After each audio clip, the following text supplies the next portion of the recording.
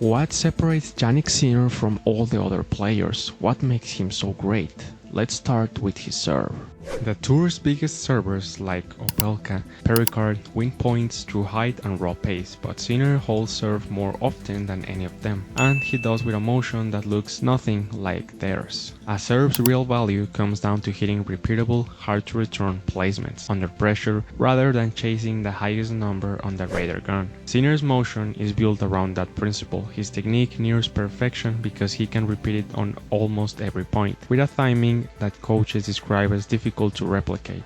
That consistency means his mechanics hold up in the fifth set the same way they hold up in the first. However, when analyzing Jannik Sinner's serve, we need to take in account also the disguise part. Why? Because the best servers hide where and how they are going to serve, rather than relying on power alone, keeping the same toss, rhythm, and pre-serve routine regardless of what they are about to hit. Sinner's motion gives away little before contact, so returners guess rather than read. Now let's talk about his return.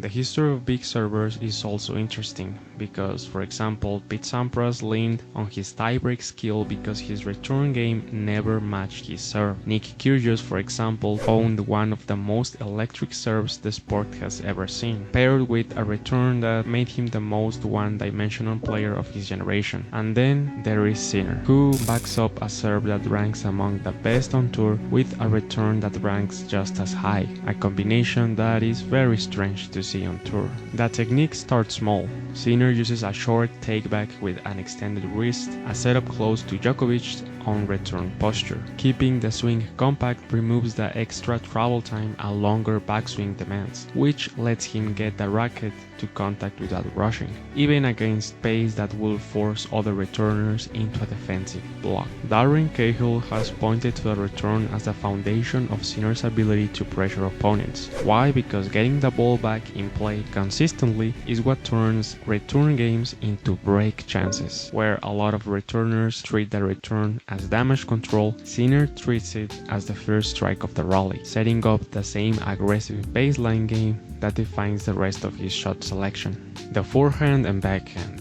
The forehand. The mechanism behind it is unusual. Rather than keeping the racket face aligned toward the target the way most players do, Sinner starts his forehand with the racket head pointed away from the ball, then whips it into position at the last possible moment, generating pace through timing rather than a long backswing. The backhand tells a different story, and it may be the more remarkable side. It carries far heavier topspin than the tour average, and Sinner manages to combine that spin with real pace rather than sacrificing one for the other, a trade-off that trips up most players who try to load a shot with rotation. Analysts tracing his technique point to a backhand that drops the racket head below and inside the ball more cleanly than his closest rivals, echoing Djokovic mechanics more than the generation coming up behind him. And this is probably the most important part in every single sport for every player, the mentality. Sinner has been called robotic a lot of times, and I think everyone agrees with that. His decisions come preloaded from hours of preparation, so a breakpoint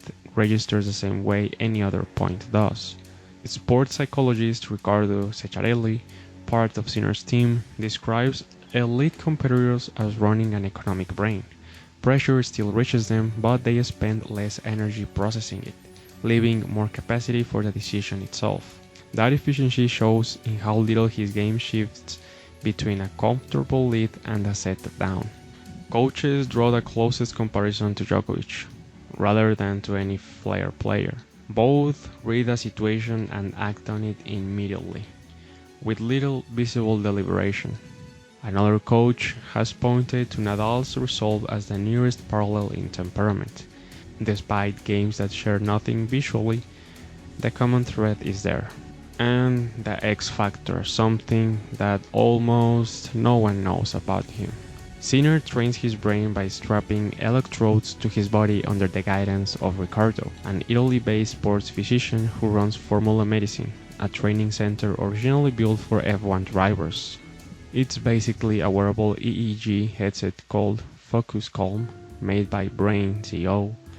Electrodes on the scalp read brainwave activity in real time. You might be asking yourself how it works. Well, basically the headset gives live feedback on neural activity, and it's combined with other techniques to train and mold the brain, helping the user relax and improve sleep quality. Sessions typically pair the biofeedback with breathing exercises, meditation, and sports psychology work to keep the athlete calmer and mentally prepared under pressure. For example, noises in the crowd, etc. Among other players who use it are Swiatek and F1 driver Charles Leclerc, also some Manchester City soccer players.